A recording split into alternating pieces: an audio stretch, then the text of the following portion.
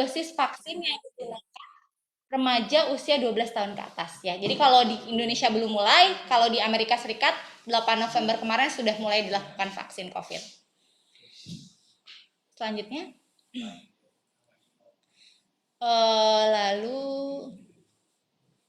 lalu pertanyaannya adalah kapan vaksin COVID anak usia 6 sampai 11 tahun dimulai? Nah, ini saya kemarin juga baru baca nih dari Menteri Kesehatan kita ya, itu memberikan apa ya namanya? Jadi kemarin konferensi pers ya pertanggal 15 November selanjutnya. Dia itu slide dikatakan, nah Kemenkes ini dia belum bisa memastikan kapan vaksin COVID-19 untuk anak usia 6 sampai 11 tahun dilakukan.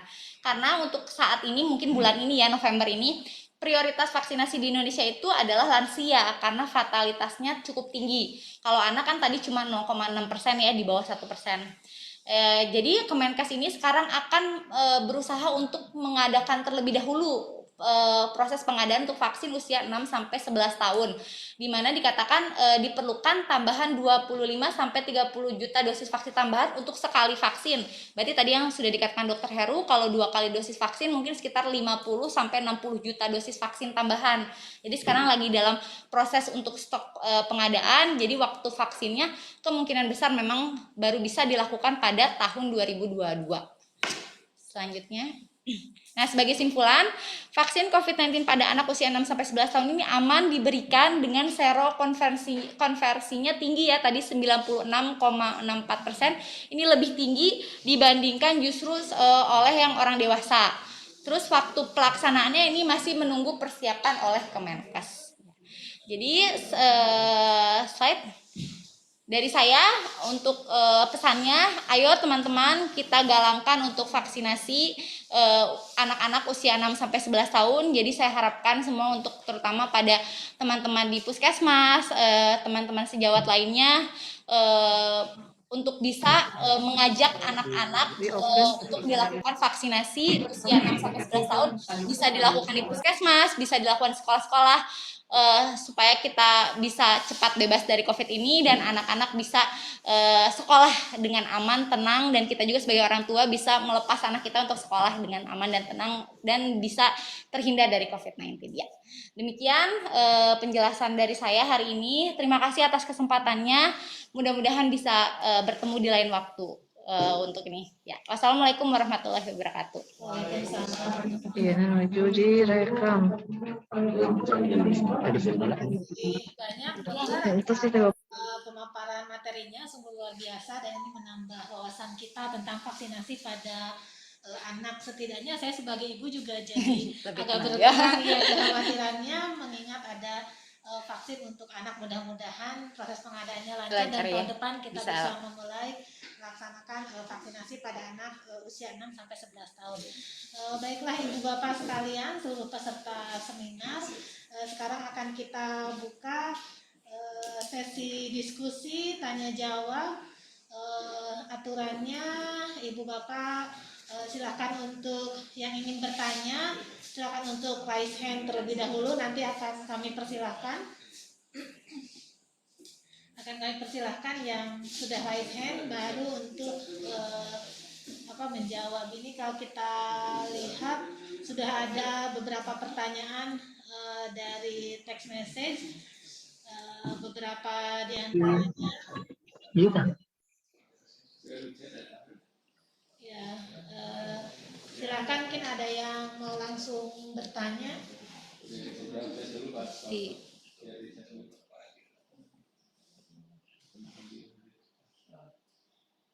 Ya, kita akan lihat.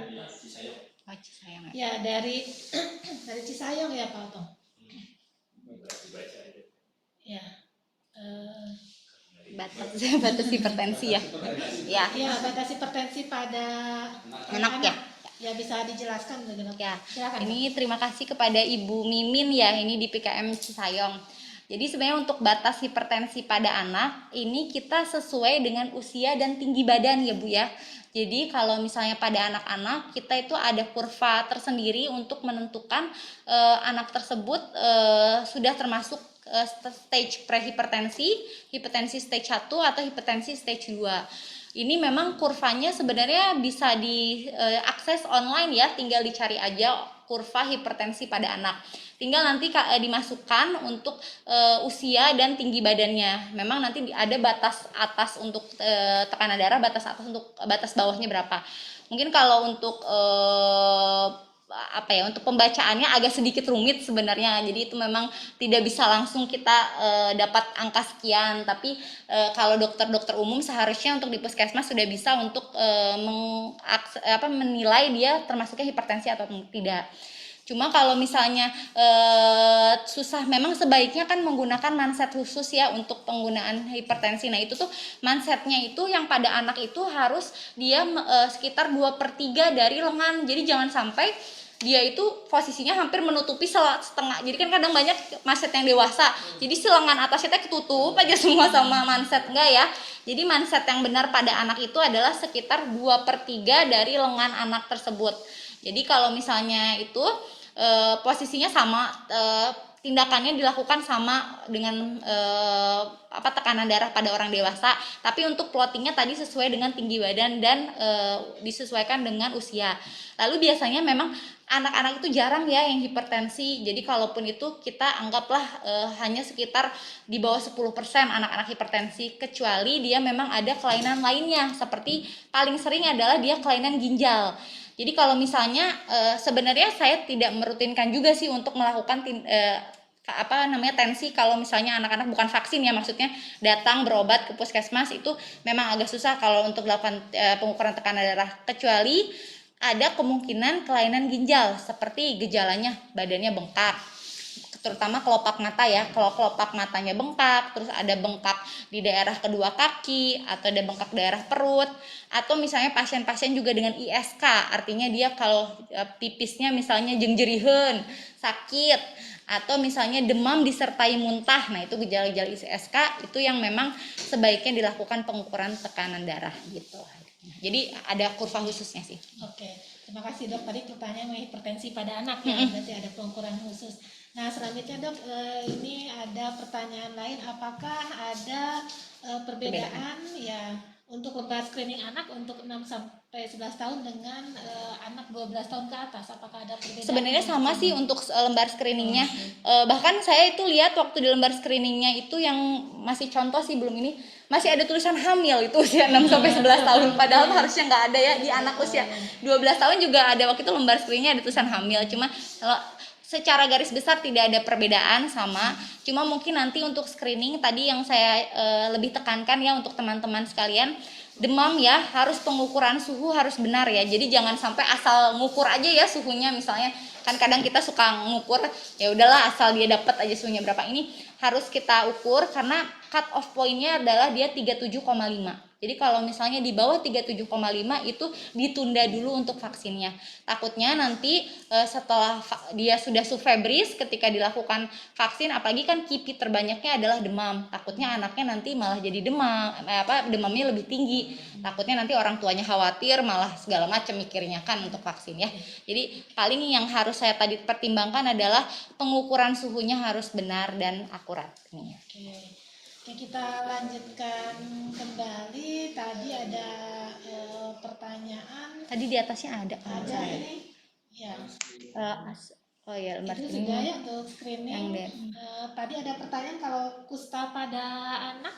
Boleh divaksin atau enggak? Atau tidak ya? Boleh ya. Jadi penyakit-penyakit yang tadi kontraindikasinya tinggal dihafalkan ya. Mungkin tadi yang paling selain penyakit-penyakit yang tertulis di sana, semuanya boleh dilakukan vaksin ya. Bahkan ini ya, kayak penyakit kronik yang minum obat terus-terusan, TB, epilepsi itu boleh. Kusta juga boleh dilakukan vaksin. Asal tadi tidak demam. Boleh asal tidak demam. Kemudian kalau yang mendapat pengobatan TB setelah 2 minggu ya. Setelah 2 minggu baru boleh ininya. Terus biasanya juga ini yang penyakit-penyakit infeksi kronis, paru kronis seperti TB sama asma ya. Itu kemarin juga banyak tuh pas waktu vaksin COVID yang usia 12 sampai 17 tahun, waktu saya datang banyak yang konsultasi, "Dok, ini pasiennya asma, boleh divaksin nggak?" Nah, asma yang tidak boleh divaksin itu adalah jika dalam keadaan serangan berat. Jadi dianya lagi wheezing. Nah, kalau misalnya dianya lagi wheezing atau dia tidak terkontrol, artinya dia setiap minggu kenal aja terus wheezingnya ada, nah itu mah tidak boleh divaksin. Tapi kalau misalnya dia ada asma, kapan terakhir kambuh? Udah lama sih dok, udah sekitar 3 bulan lah, itu mah boleh divaksin ininya mah ya. Jadi yang tidak boleh itu kalau misalnya dia kita periksa ada wheezing lagi serangan, itu nggak boleh ya. Oke. Nah ini ada lagi masih nyambung dok. Kalau talasemia bagaimana? Nah, talasemia ya, yang rutin ya. Jadi pasien-pasien hemato-onkologi ya, kita sebutnya kan kelainan darah, kelainan hemato-onkologi itu ada 2 pada anak yang sering. Di Kabupaten Tasik juga banyak ya. Talasemia dan hemofili, dua-duanya boleh divaksin. Ya, ingat ya. Pasien talasemia dan hemofili dua-duanya boleh divaksin. Beda tapi ada kekhususan. Yang pertama adalah kalau talasemi itu vaksinlah setelah dilakukan transfusi PRC. Jadi misalnya dia kadang kan kalau kalau talasemi itu ditransfusinya per 2 minggu sekali, ada yang sebulan sekali. Jadi jangan sampai divaksin ketika menjelang transfusi. Takutnya HB-nya lagi ngedrop, misalnya HB-nya lagi 6, lagi 7. Jadi kira-kira misalnya dia sudah datang untuk transfusi hari ini. Nah, 2 hari kemudian vaksin gitu. Jadi kalau bisa mah sebelum divaksin HB-nya harus bagus dulu ininya mah ya. Terus hemofili juga biar sekalian ya, hemofili juga banyak di kabupaten. Hemofili itu jangan takut ya teman-teman sekalian, boleh divaksin asal kita berikan edukasi ke keluarga. Karena kan kalau hemofili itu kan gampang lebam ya, jadi takutnya ketika dipenyuntikan, waduh lebam ya, biru jadi tempat suntikannya, karena memang ada sih sebenarnya yang jadi lebam. Nggak apa-apa, ketika dilakukan penyuntikan, habis itu langsung dikompres. Mau dia lebam atau tidak lebam, langsung kompres. Jadi kalau pasien-pasien hemofili habis disuntik, langsung dikompres pakai air dingin ya. Jadi langsung dikompres untuk mencegah terjadinya si lebam-lebam itu. Bahkan ada beberapa juga yang menyatakan boleh diberikan obat-obatan yang memang untuk meredakan seperti asam tranexamat yang tablet atau paracetamol. Jadi mereka kan memang rutin minum obat-obat tersebut, itu boleh diminum ya. Tapi biasanya sih memang nggak pada berani ya. Jadi kalau yang itu saya tahu di rumah sakit kemarin, di Rumah Sakit Sukarjo itu memang ada kayak khusus ya. Jadi pasien-pasien yang talasemi, yang hemofili itu memang dikumpulkan di satu waktu, divaksin di barengan gitu. Karena memang untuk pemantauannya biar lebih ini sih, lebih apa ya, lebih jadi fokus gitu. Jadi biasanya kalau pasien-pasien yang talasemi, hemofili itu dikumpulkan di dalam 1 hari, vaksinnya barengan. Berarti kesimpulannya untuk talasemia boleh ya dok? Boleh divaksin setelah mereka mendapatkan transfusi ya, kira-kira 2 hari, pokoknya setelah HB-nya udah bagus stabil. Ya.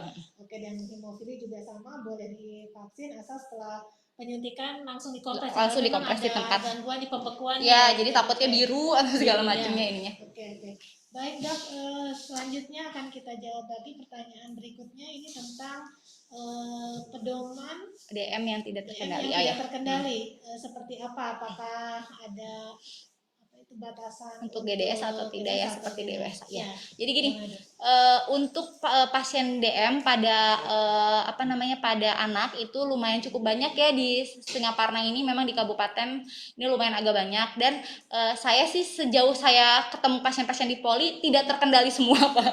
Jadi memang kita disebut tidak terkendali itu adalah GDS-nya selalu lebih dari 126. Jadi artinya dia GDS-nya 200, 300, pokoknya melebihi GDS normal aja. Terus yang kedua adalah HbA1c. Memang HbA1c itu kan kita melihat untuk kepatuhan ya, jadi ke baik atau tidaknya DM itu kita nilai dari HbA1c. Itu kan normalnya 7. Pada anak saya kayaknya di SMC nggak pernah dapat yang 7, semua 10, 11.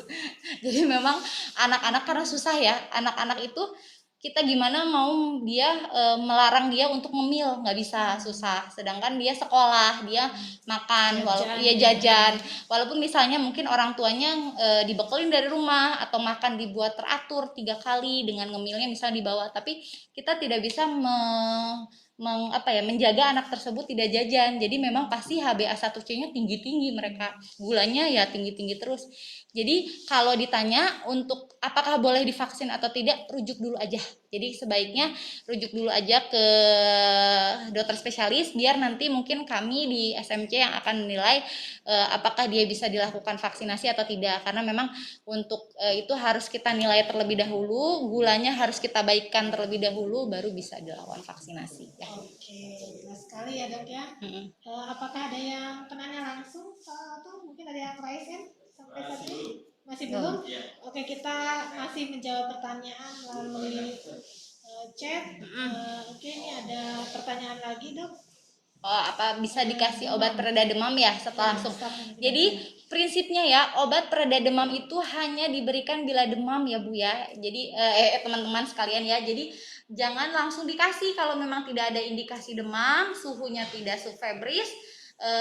Paling mungkin kita bisa berikan kalau anaknya rewel, karena kan sebenarnya kalau paracetamol itu sebagai selain antipiretik juga dia untuk mengurangi nyeri ya. Jadi sebenarnya kalau anaknya rewel karena sakit itu boleh kita kasih, tapi kalau anaknya sehat nggak demam itu nggak usah dikasih paracetamolnya. Tapi ada kekhususan yang bisa langsung dikasih pada anak epilepsi. Nah itu jadi anak epilepsi itu salah satu yang bisa bikin jadi kejang lagi adalah demam. Kadang kita takut kan kalau misalnya anak epilepsi misalnya sudah bebas kejang 1 tahun, dia divaksin lah, ternyata vaksinnya bikin dia demamnya jadi kejang. Nah kita kan jadi takut lagi dia kejang lagi. Jadi kalau pada anak, dikatakan dari rekomendasi itu kalau anak-anak epilepsi boleh langsung diberikan paracetamol untuk mencegah terjadinya demam. Takutnya nanti kejang sebenarnya dia. Oke, jadi boleh ya Dok dikasih Kecuali epilepsi ya. Kalau yang lain sih kalau nggak ada keluhan, nggak ada nyeri mah nggak usah. Oke. Ya ini mungkin sudah dijawab tadi ya Dok. Ya, TB tadi boleh asal setelah 2 minggu pengobatan. Nah itu juga yang ekstra paru boleh ya. Boleh. Meningitis boleh, efusi pleura boleh, Scleroderma boleh. Tapi tadi harus 2 minggu setelah pengobatan TB, atau misalnya dia ada gejala adih. Adih itu artinya misalnya badannya kuning, muntah-muntah. Jadi dia keracunan obat TB lah istilahnya. Jadi hepatotoksik sama obat TB itu tidak boleh dikasih vaksin, ditunda dulu. Jadi harus dibenarkan dulu hepatotoksik karena obat TB-nya baru dilakukan vaksin ya. Jadi yang lainnya kalau misalnya aman sudah 2 minggu tidak ada adih boleh divaksin. Ya, masih juga ada yang ditanyakan nih Dok tentang epilepsi. Apakah bisa divaksin? Boleh ya, boleh ya. Sudah. Ya. Jadi jangan lagi ini ya minta surat keterangan boleh vaksin. Ya. Boleh langsung vaksin aja epilepsi. Tadi yang cerebral palsy juga boleh. Cerebral palsy justru lebih dianjurkan ya untuk cerebral palsy vaksin. Baik, kita lanjutkan. Kita lihat apakah masih ada.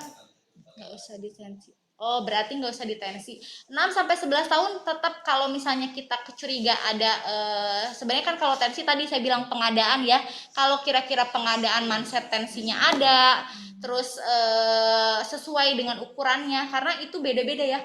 Ukuran 6-11 tahun tuh berarti ada 2 ukuran tensi. Ukuran tensi 6 tahun yang kecil banget sama ukuran tensi di atas 10 tahun yang agak sedang. Nah itu kan pengadaan tiap puskesmas beda-beda nih, takutnya nggak ada gitu ininya mah, apalagi di sekolah. Jadi kalau kira-kira tidak ada manset yang sesuai mah ya udah tidak usah ditensi, takutnya malah hipertensi.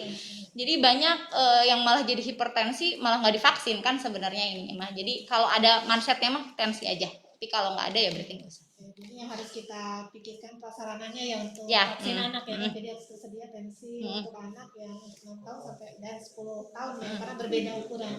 Ini mungkin jadi PR kita semua. Oke, lanjut. Uji klinis tahap 3. Kalau uji klinis tahap 3 itu sebenarnya untuk menilai dari bukan efektivitas. Jadi vaksin setelah dilakukan selama pemberian vaksin selama 1 tahun biasanya. Jadi memang sudah tidak belum ada hasilnya memang ininya. Jadi memang belum, karena kan kita belum ya ininya mah baru baru dikeluarkannya juga Sinovac apa yang untuk anak usia 6 sampai 12 tahun itu Juli ya kalau nggak salah ya. Jadi memang belum. Kapan mulai vaksin? Mulai dilaksanakan. Nah, gimana ini pemerintahan kabupaten kapan nih dilaksanakan? Menunggu pengadaan dulu dan mungkin gitu ya jawabannya. Rencana 2022 menunggu pengadaan. Mudah-mudahan karena kan nggak sedikit ya, banyak. Kalau ya 30 juta itu satu dosis vaksin. Berarti kalau 2 sekitar 60 juta vaksin. Ya mudah-mudahan bisa awal tahun 2022. Kita lihat apakah ada yang raise hand. Ya, silakan. Kalau imunisasi dasarnya belum lengkap Dok, apakah boleh diberikan vaksin COVID? Nah, imunisasi dasar yang belum lengkapnya apa dulu nih? Coba ya, soalnya gini, sebenarnya sih kalau imunisasi dasar itu kita untuk mencegah, jadi untuk mencegah pasien COVID itu, mencegah COVID itu kita juga mencegah untuk penyakit lain. Jadi jangan sampai kita mencegah COVID, penyakit lainnya kena gitu. Jadi kalau bisa mah sebenarnya boleh dikatakan tanyanya apa boleh divaksin, boleh, tidak usah ditunda, boleh. Tapi sebaiknya memang vaksin yang imunisasi dasar harus tetap dilengkapin karena takutnya COVID nggak kena, penyakit yang ini kena gitu. Jadi kalau bisa mah tetap dilakukan vaksin, tapi boleh ya. Jadi nggak usah ditunda atau apa, tetap diberikan. Misalnya pada saat bayinya tuh ada vaksin yang boleh, nggak apa-apa. Jadi boleh ya diberikan. Boleh. Meskipun imunisasi dasarnya belum. Ya, boleh. Oke, jadi boleh. Oke, selanjutnya silakan Ibu Bapak peserta untuk bertanya mumpung kesempatannya ada dan masih ada dokter di sini. Boleh. Silakan. Ini sudah cukup banyak ya melalui chat. Mungkin ada yang mau langsung bertanya, silakan kepada seluruh peserta. Oh, ini juga nih, saya juga tadi mungkin belum ada yang nanya juga ya. Kalau penyakit HIV, mungkin kan di sini juga ada beberapa ya. Apakah pasien-pasien HIV itu boleh divaksin atau tidak? Jawabannya adalah kalau gejalanya asimptomatis, artinya pasien HIV tersebut kan banyak ya. Kalau kita pasien HIV, dia ya nggak bagus aja gitu minum obat, sekolah, ngikutin pelajaran bagus, itu boleh divaksin ya. Tapi kalau misalnya dia imunosupresi berat, jadi nanti ada penilaian kadar CD4-nya rendah, biasanya itu di bawah 200 dengan ada gejala berat, itu memang tidak boleh divaksin ya. Jadi kalau misalnya baiknya memang biasanya sih kalau pasien-pasien HIV sudah dilakukan reevaluasi untuk kadar CD4 biasanya. Jadi diperiksa kadar CD4 setiap tahun. Kira-kira kalau misalnya kadar CD4-nya sudah lebih dari 200, pasiennya tidak ada gejala, itu boleh ya pasien HIV untuk dilakukan vaksin. Jadi setidaknya nanti ditanyakan gitu. Ya, CD4-nya pasti kan punya ya, punya angka CD4-nya berapa. Ya. Oke. Selanjutnya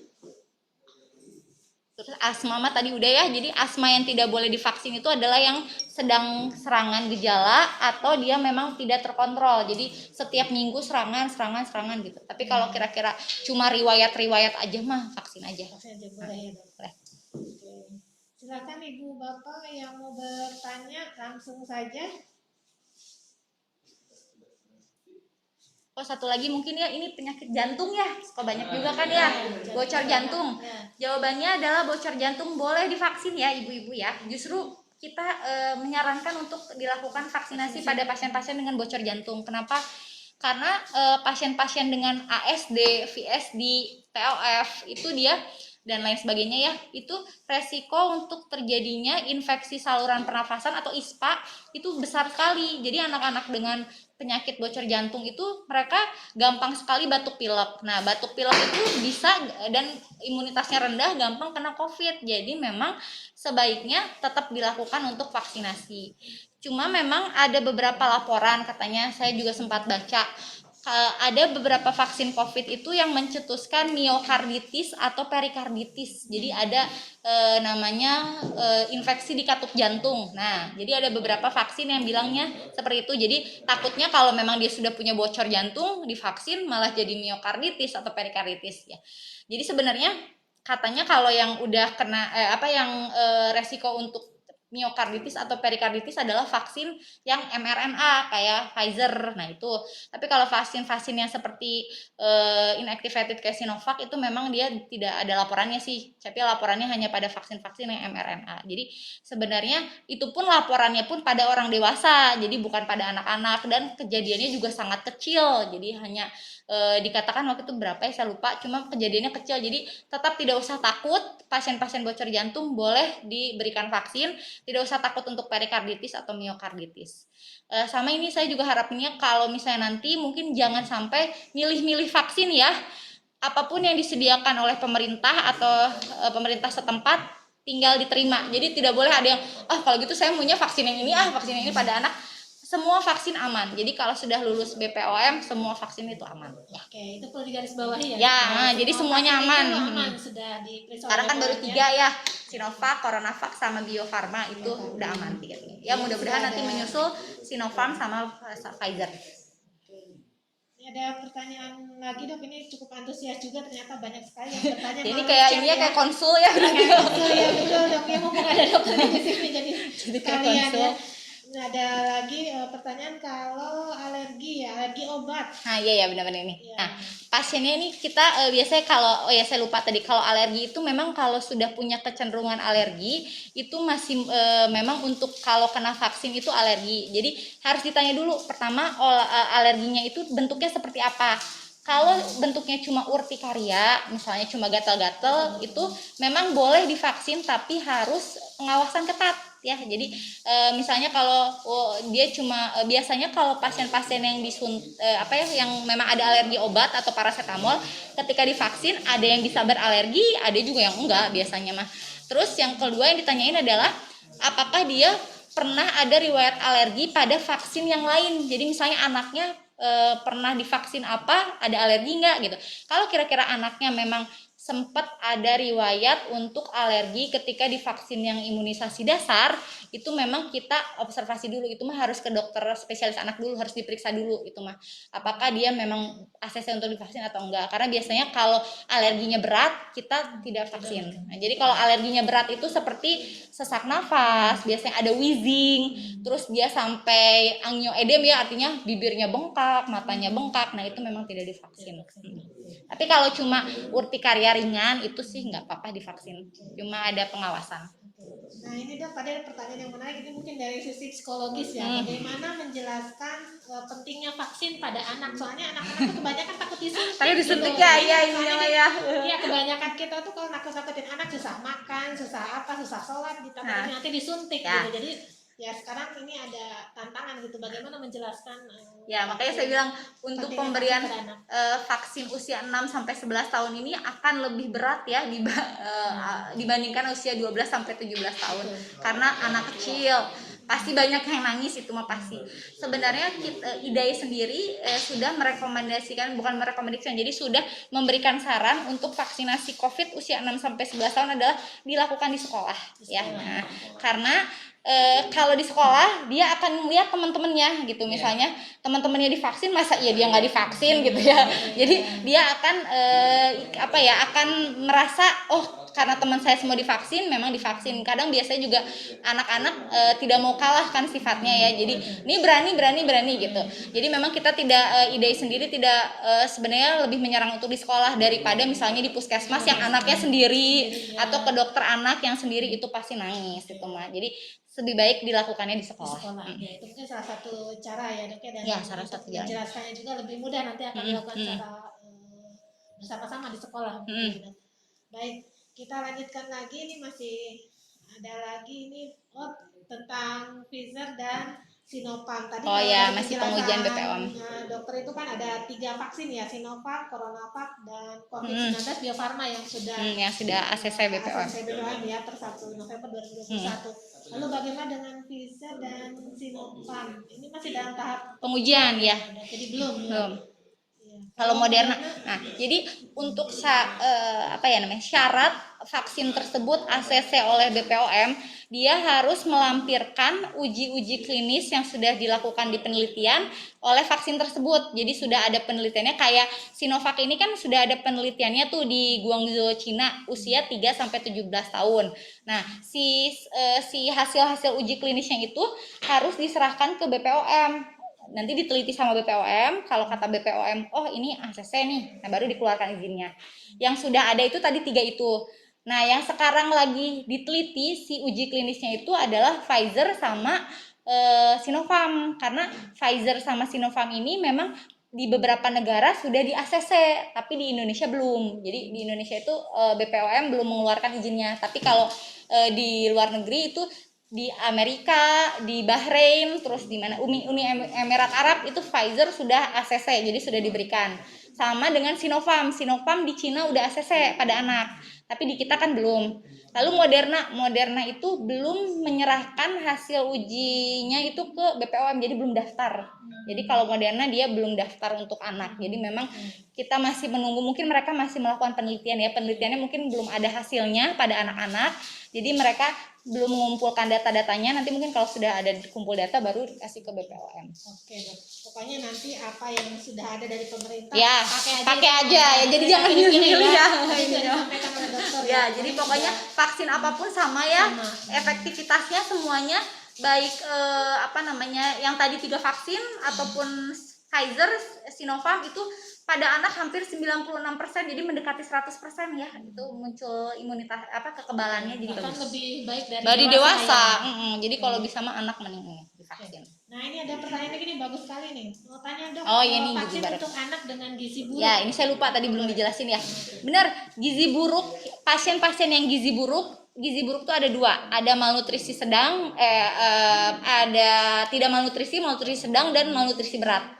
Itu dengan pasien stunting, artinya severe stunting atau severe stunted atau stunted, itu semuanya boleh divaksin ya. Jadi ingat, pasien-pasien yang malnutrisi berat itu tidak ada kontraindikasi. Mau dia kurvanya sudah merah sekali atau misalnya dia stuntednya benar-benar stunted, itu boleh divaksin ya.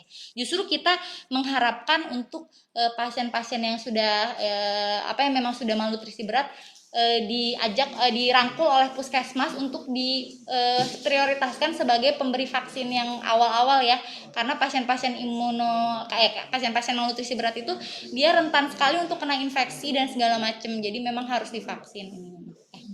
Oke, jadi yang pasien gizi buruk boleh semuanya, boleh, semua tingkatan malnutrisi berat, boleh. ringan, sedang boleh Boleh divaksin ya, Dok, tidak ada kontraindikasi. Ini selanjutnya pertanyaannya cukup unik juga ya. Ini bagaimana dengan pasien yang alergi dengan metal, Dok? Sementara Metal. ya untuk jarum suntik kan kita pakainya. Oh, ini ya. Ya, bagus juga ya. Saya sebenarnya kalau bujur belum pernah baca ya kalau misalnya untuk alergi metal. Tapi memang kita lihat dulu ya jenis alerginya. Bahkan sebenarnya kan kalau alergi di tempat suntikan itu sebenarnya untuk pemberian vaksin kedua pun masih boleh ya dengan kehati-hatian. Jadi kalau misalnya sudah misalnya disuntik nih, ternyata alergi di tempat suntikan aja misalnya merah atau nyeri, itu masih boleh untuk dilanjutkan ke vaksin kedua. Tapi kalau misalnya dia alerginya berat sampai misalnya dia kena metal jadi merah-merah seluruh tubuh, jadi sesak, itu mending nggak usah sebenarnya. Jadi tergantung alerginya kayak gimana bentuknya sebenarnya. Ini ada pertanyaan lagi, masih katanya sama alergi nih. Tapi ini kalau alerginya tadi yang disebut dengan tadi saya lupa belum yang mumpung inget yang malnutrisi berat. Ya, kalau misalnya dia, soalnya takut ya, kadang ada beberapa tuh yang takut untuk malnutrisi sangat berat ya misalnya, itu konsultasikan dulu aja, soalnya ada beberapa kondisi memang yang malnutrisi sangat berat, severe malnutrition, itu kita nggak vaksin memang. Jadi kalau bisa mah konsultasikan aja, tapi kalau dia tidak terlalu berat banget boleh itu divaksin ya. Dulu Pak Disi salah. Dianjurkan untuk malnutrisi berat itu dikonsulkan terlebih dahulu. Okay. Soalnya yang dia itu yang termasuknya severe akut, artinya malnutrisinya akut keadaan sekarang, itu tidak divaksin dulu. Tapi kalau dia severe chronic malnutrition, artinya malnutrisi beratnya sudah jangka waktu lama, sudah lama banget kurusnya, itu boleh. Tapi kalau yang baru kurusnya akut itu memang tidak. Jadi memang harus dibedain sih. Untuk malnutrisi ini. Oke. Mungkin sudah jelas tentang malnutrisi ya. Lanjut kita tadi nih alerginya itu alergi seperti apa? Makanan, obat atau cuaca? Tadi kan ada alergi ya, Dok, yang menjadi. Jadi sebenarnya gini, alergi itu semua jenis alergen itu dapat menimbulkan reaksi alergi, itu memang harus kita observasi apakah ada yang boleh atau tidak untuk divaksin. Sebenarnya semuanya sama ya, mau alergi makanan, obat atau cuaca, itu lihat-lihat dulu menyebabkan sebelumnya itu jadi kayak gimana alerginya gitu. Kalau cuma misalnya urtikaria ringan, artinya cuma gatal-gatal biasa, itu nggak apa-apa ya. Tapi kalau misalnya dia gatal-gatalnya sudah seluruh tubuh, terus bisa jadi angioedem, artinya matanya bengkak, bibirnya bengkak, sampai dia ada wheezing, sampai ada sesak berat, itu memang tidak boleh divaksin. Jadi tadi tuh bukan jenis alerginya, tapi efek alerginya. Nah, jadi yang perlu kita lihat. Jadi bukan misalnya apa karena alergi makanan, obat atau cuaca, itu semuanya jenis alerginya apapun sama, tapi yang harus nanti diberitahukan atau ditanyakan adalah jenisnya ketika alergi timbul itu seperti apa gitu ininya. Oke, jadi penyebab alerginya sendiri nggak masalah, yang penting efeknya ya. Efeknya yang harus kita observasi efeknya. Untuk yang alergi.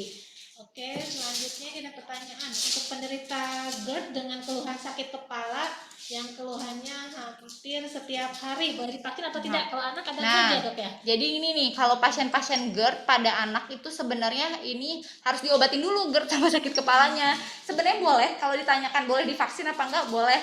Tapi kalau hampir sakit kepala setiap hari, bener nggak ini GERD gitu. Jadi kalau bisa mah anaknya diperiksa dulu aja ke dokter anak ya. Takutnya dia satu sakit kepalanya bukan karena GERD, ternyata karena hipertensi atau misalnya karena ada kelainan misalnya amit-amit gitu, ada sesuatu di kepalanya gitu. Jadi sebenarnya kalau ditanya boleh divaksin mah boleh, tapi kita harus evaluasi dulu penyakitnya si sakit kepalanya itu kenapa, karena apanya, atau karena GERD atau gimana. Oke, jadi harus ada pemeriksaan lanjutan ini mah pemeriksaan lanjutan aja. Mungkin ada penyakit lain ya. Oke, kita lanjutkan. Apa sudah ada yang raise hand Pak Otong atau masih melalui chat ya? Kayak melalui chat ini banyak ya. Banyak sekali ini yang bertanya tadi ya, sudah saya inventarisir ada berapa ya, sudah banyak sekali.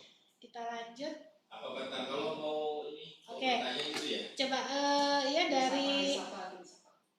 dari Bantar Kalong ada yang mau ditanyakan? Silakan. Ya, boleh langsung di unmute saja. Dari Bantar Kalong. Oke. Oh, ini satu lagi nih tadi mungkin kalau misalnya pada kondisi anak tersebut tidak boleh diberikan vaksin, jadi misalnya tadi ada kontraindikasi, berarti yang wajib divaksin adalah orang serumahnya ya. Jadi kalau misalnya anak-anaknya kira, dok anak saya leukemia, anak saya misalnya dia sedang pengobatan imunosupresan, sedang pengobatan steroid, berarti yang harus divaksin adalah orang-orang di sekeliling anaknya. Jadi yang terpentingnya itu. Jadi jangan sampai anaknya nggak, karena memang nggak divaksin ya udah jadi semuanya sekeluarga nggak divaksin. Jadi yang terpenting adalah untuk anak nggak bisa mendapatkan vaksin, dia harus dilindungi oleh dia ya, jadi nanti timbul herd immunity dari si keluarganya gitu walaupun dia nggak divaksin. Mungkin termasuk mbak-mbaknya ya, termasuk mbak-mbaknya paling sering ya. Jadi pengasuh itu wajib banget ya, jangan sampai ayah ibunya divaksin, pengasuhnya nggak divaksin. Nah itu yang terpenting. Apalagi banyaknya kalau kita tuh ada yang istilahnya orang Sunda tuh ngalong gitu. Pulang sore dia dari mana? Ya itu benar-benar. Wajib ya, jadi ya mau diingatkan saja untuk semuanya. Sama ini berlaku mungkin untuk kan sekarang vaksin di bawah 3 tahun belum ada ya, di bawah 5 tahun kan belum ada, walaupun sebenarnya penelitian kan dari 3 tahun ya. Mungkin nanti kemajuan zaman akan ada usia 3 sampai 5 tahun mungkin ya gitu. Berarti yang enggak ada sama sekali penelitiannya yang belum ada adalah di bawah 3 tahun. Jadi kalau bisa pengasuh yang ngurus anak usia di bawah 5 tahun karena anaknya nggak bisa divaksin, vaksin aja. Wajib divaksin ya. Jadi catatan penting ya. Oke, selanjutnya kalau anak dengan HBsAg-nya positif, boleh divaksin atau tidak? Boleh, hepatitis B boleh. Jadi kalau misalnya dia lagi pengobatan, kan tergantung dulu ya HBsAg-nya karena apa? Apakah dia memang hepatitis B-nya akut atau kronik? Semua prinsipnya kalau lagi pengobatan awal-awal jangan dulu aja. Tapi kalau misalnya sudah pengobatan lanjutan sudah stabil boleh ininya mah. Jadi kan kayak DM kalau terkendali gitu. Jadi terus kalau misalnya asma terkendali, sama juga kalau misalnya dia HBsAg ternyata sudah pengobatan dia bagus, boleh divaksin. Oke, jadi kesimpulan yang HBsAg-nya positif boleh divaksin. Asal dia memang sudah nggak ada gejala gitu, bagus. Anaknya lagi nggak kondisi akut. Oke, nah ini ada pertanyaan lagi nih. Jadi kalau memberi untuk screening harus dilakukan pendampingan oleh keluarga gitu pada saat vaksin anak itu. Sebenarnya sih memang gitu ya. Jadi karena kan satu ya, kalau mungkin kalau udah agak gede mah bisa ya. Tapi kalau misalnya usia 6 tahun ditanya kamu punya sakit apa, nggak tahu ya, dia bingung gitu. Ternyata anaknya misalnya nggak punya sakit sesuatu, misalnya lagi pengobatan TB baru seminggu, tapi anaknya kan nggak hafal apa-apa kalau 6 tahun.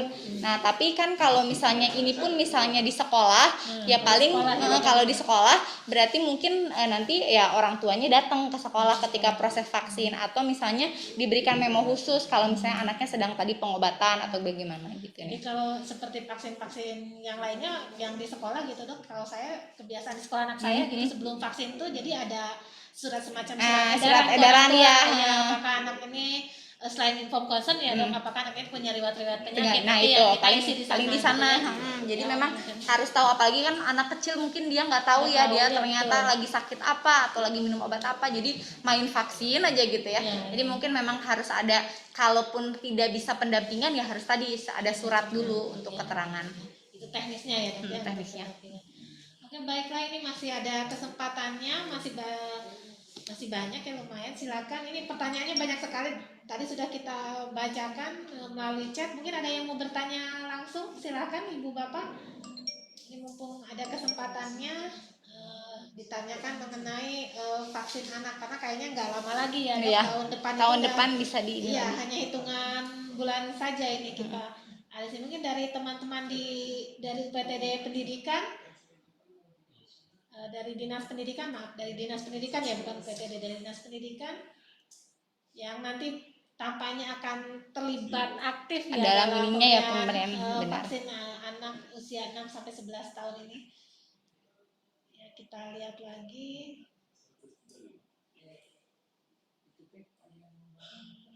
Itu yang masih belum ada. Oke, tadi sudah banyak sekali ya dok, hampir sebagian besar menanyakan kontraindikasi dari pemberian vaksin ya kan.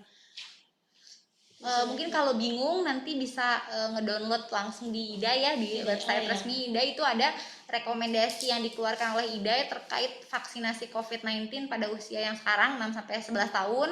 Itu juga lengkap sebenarnya, panduannya bisa dibaca. Jadi bisa kita mungkin, tapi kan itu garis besar ya sebenarnya. Jadi memang untuk yang hal-hal mendasarnya emang ada beberapa yang bingung, dan ada juga nanti slide untuk lampiran rekomendasi dari setiap UKK. Jadi UKK itu artinya dia setiap unit kerja dari respirologi, terus unit kerja dari kardiologi, hemato-onkologi, neuropediatrik, itu mereka mengeluarkan kontraindikasi yang ininya, yang khususnya. Jadi memang ada beberapa penyakit yang lebih dipaparkan di lampiran tersebut. Itu bebas bisa di download di website resmi IDAI, jadi bisa dibaca ya. Apalagi kalau misalnya nanti sudah mau siap-siap ya, rekomendasinya siap-siap mau dilakukan vaksinasi, itu tinggal di download saja di rekomendasinya. Di situ lebih lengkap lagi. Ya, lebih lengkap lagi. Sebagian besar menanyakan itu ya, sebagian besar memang tadi kan ya. isinya itu, dan memang sudah lengkap sih itu di situ. Jadi bisa di download langsung di website resmi IDA ya, itu untuk rekomendasi ya sebagai panduan kita.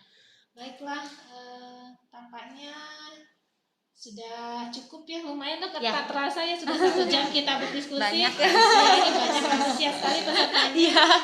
Yang mungkin tidak terbacakan semua. Nanti kita lihat lagi, mungkin teman-teman ibu bapak yang peserta seminar ini mungkin ada yang tidak puas, boleh kali ya dok nanti Boleh, kita mangga, langsung, boleh mangga langsung. atau tadi boleh juga download di website resmi IDAI untuk informasi lebih lengkap mengenai vaksin pada anak ini. Kadang juga suka ada sih yang dari dokter umum, mungkin ya dari beberapa PKM suka konsul. Jadi misalnya dok ini habis vaksin gini gejalanya ini boleh, bangga boleh kalau misalnya kira-kira nanti ya. Jadi kalau misalnya mau konsultasi langsung ya dok. Udah dari kemarin soalnya, jadi ya sudah boleh. Teman-teman di lapangan pasti banyak Ya, menemukan karena mungkin kasus-kasus bingung ya ininya boleh, mangga. Baik, terima kasih banyak dok. Tanpa terasa kita sudah hampir 1 jam ini diskusi. Mungkin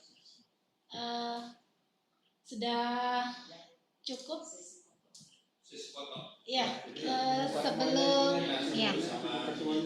sebelum acara kita tutup, diskusi sudah cukup. Terima kasih banyak Ya, dokter, makasih ini ya. menambah hasanah wawasan pengetahuan kita tentang urgensi vaksinasi COVID pada anak usia 6 sampai 11 tahun. Kita berharap mudah-mudahan tahun depan bisa berjalan lancar. Amin. Dilakukan. Kita harus lebih banyak seperti ini ya, Iya. menambah wawasannya melalui seminar, bertanya langsung dan sebagainya. Ya, mungkin teman-teman untuk sesi pemaparan dan diskusi mungkin sudah cukup, tapi mohon untuk tidak langsung menutup off kameranya karena kita akan melakukan sesi foto bersama. Ya, ada 6 slide, dipersilakan untuk buka di kameranya untuk dibuka karena kita akan melakukan sesi foto bersama. Oke, slide pertama 1, 2, 3. Sekali lagi Pak Oto, 1, 2, 3. Oke, slide yang ya. Oh, belum ya. Oke, tahan sebentar. Oke, slide yang kedua. Oke, siap ya. 1, 2, 3. Cukup? Oke. Ya, semuanya ada 6 slide, baru 2 ya. Oke, sekarang slide yang ketiga. Wah, ini jangan dulu ditutup ya. Untuk dokumentasi, mohon kameranya dibuka dulu ya. Jangan off kamera. Kepada foto bersama. Ya, foto dulu. Iya Pak, kita foto bersama. Udah ya. Ya selesai. Ini mengaji klik kan? Mau kan Ya, kita foto bersama Pak. Ya, dokumentasi Ayo kegiatan lah. hari ini. Itu muncul fotonya di fotoku itu. Iya Pak, saya kalau tidak muncul Pak, jadi peserta ini kenang-kenangan seumur hidup. Ya, silakan. Sudah Pak, sudah cukup ya. Video nanti muncul. Pak Adis mungkin ada. Ya, Pak Kabit silakan Pak. Bapak untuk mengambil tempat sama. Oh ya. Ya, Pak Kabit silakan. Pak.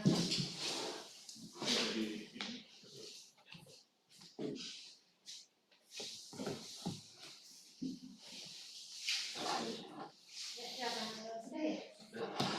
Oke, sesi foto selesai. Baiklah. Baiklah Ibu Bapak yang saya hormati, peserta seminar virtual yang saya banggakan. Selanjutnya akan kita ikuti bersama sambutan dan penutupan acara yang akan disampaikan oleh Ketua Panitia Seminar Ilmiah. Untuk itu kepada yang terhormat Bapak Dr. Haji Bonbon Sahuni MSI dipersilakan. Ya, Assalamualaikum warahmatullahi wabarakatuh. Alhamdulillah amin. Acara demi acara telah kita lewati. Mungkin pertama-tama permohonan maaf dari Bapak Kepala Dinas yang seyogianya beliau menutup tapi tidak bisa karena ada acara di Parung Ponteng. Terus tadi juga Pak Ketua Ketua HKI tidak bisa juga menutup acara seminar ini karena kan beliau juga ada acara yang tidak bisa ditinggalkan.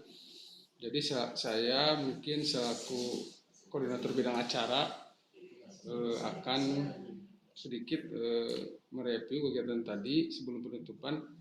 Jadi yang pertama mungkin acara seminar yang sebagai narasumber Dr. Febri ya dari SMC. Terima kasih atas ilmunya. Mudah-mudahan seminar dan ilmunya bermanfaat bagi kita semua.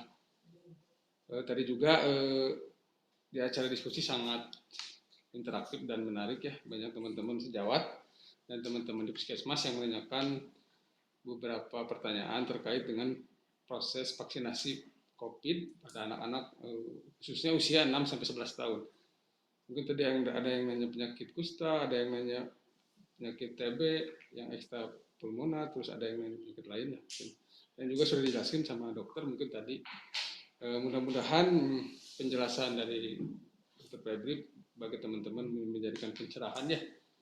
Dan memang tadi juga ada yang bertanya kapan dimulainya misalkan vaksinasi pada anak-anak ini. Memang secara program kita akan merencanakan vaksinasi ini pada tahun 2022 ya. Mudah-mudahan akan berjalan dengan lancar sesuai dengan program yang diinformasikan oleh pemerintah pusat.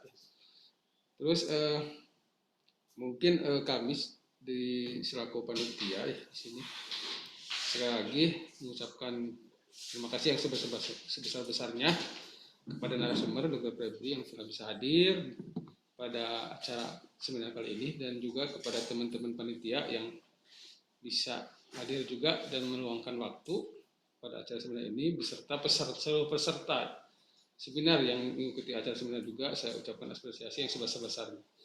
Dan mungkin dititik beratkan untuk Dinas Kesehatan mungkin dan tim dari Dinkes untuk khususnya Satgas mungkin nanti untuk proses vaksinasi COVID untuk usia 6-11 tahun mungkin sosialisasinya harus lebih ditekankan dan lebih dispesifikasikan khususnya mungkin harus kerjasama dengan Dinas Pendidikan terkait dengan proses vaksinasi ini.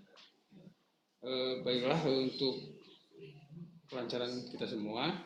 Acara telah kita lewati, marilah kita membaca hamdalah bersama-sama. Alhamdulillah. Acara seminar vaksinasi COVID untuk anak-anak usia 6-11 tahun, marilah kita tutup. Assalamualaikum warahmatullahi wabarakatuh.